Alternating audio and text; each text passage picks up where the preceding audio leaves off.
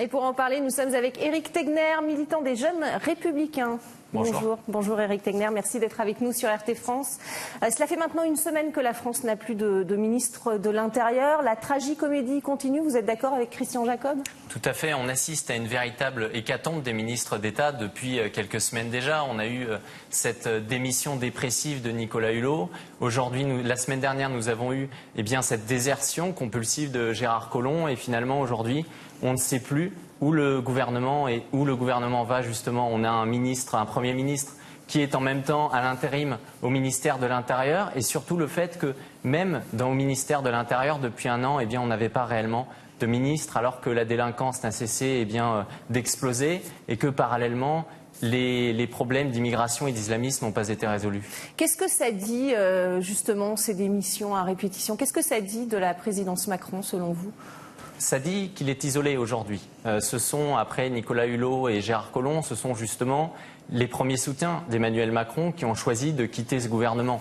On réalise qu'Emmanuel Macron gouverne seul, qu'Emmanuel Macron est isolé, on le voit bien. On est en train d'attendre depuis plusieurs heures déjà la nomination d'un nouveau gouvernement, en tout cas d'un remaniement large. Finalement, Emmanuel Macron ne semble pas trouver une personnalité à la hauteur parce qu'il n'y a aucune personnalité politique au sein de sa majorité capable aujourd'hui de devenir ministre de l'Intérieur, capable d'affronter des problématiques très importantes. Je notais justement le demi-million de clandestins aujourd'hui en France qui sont sans papier et qui n'ont toujours pas été reconduits dans leur pays. Je pense aux 1000 agressions par jour. Il y a eu une explosion cet été phénoménale depuis des années de toutes ces problématiques de délinquance et encore une fois de ces dizaines également de mosquées salafistes qui n'ont toujours pas été fermées. Alors c'est la première fois qu'il y a ces démissions, en tout cas d'une telle ampleur sous une présidence.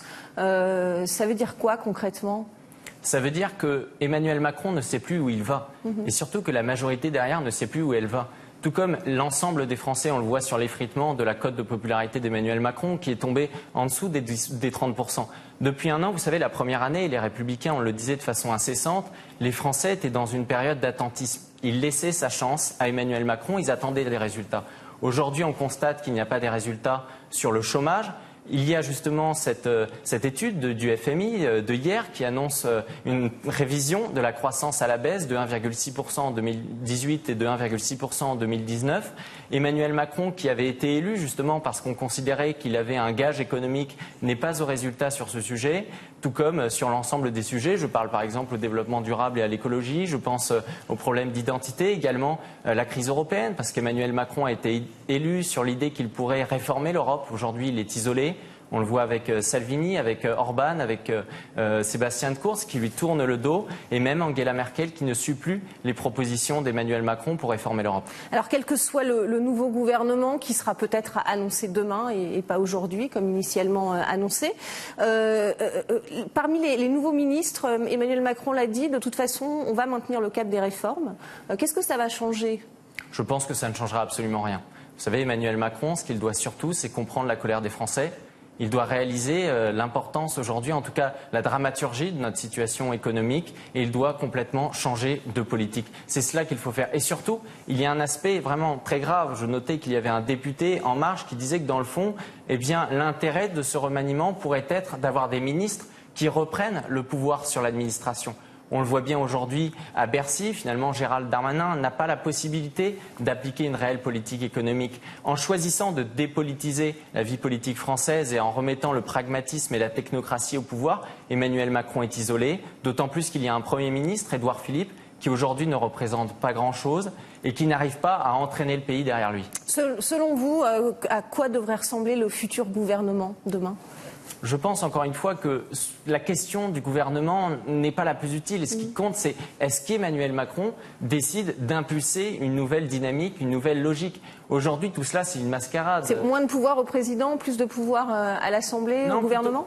Il faut que Emmanuel Macron comprenne que le Premier ministre est utile. Le Premier ministre doit diriger un gouvernement. Pour cela, il faut un Premier ministre fort, ce qui n'est pas le cas d'Édouard Philippe. Et il faut également un Parlement fort. Aujourd'hui, nous avons des parlementaires qui sont des godillots chez En Marche. On les voyait encore une fois cet après-midi lorsqu'Édouard Philippe prend la parole contre Christian Jacob. On les voit tous applaudir, comme à chaque fois, comme ce qu'il se passe dans toutes les situations.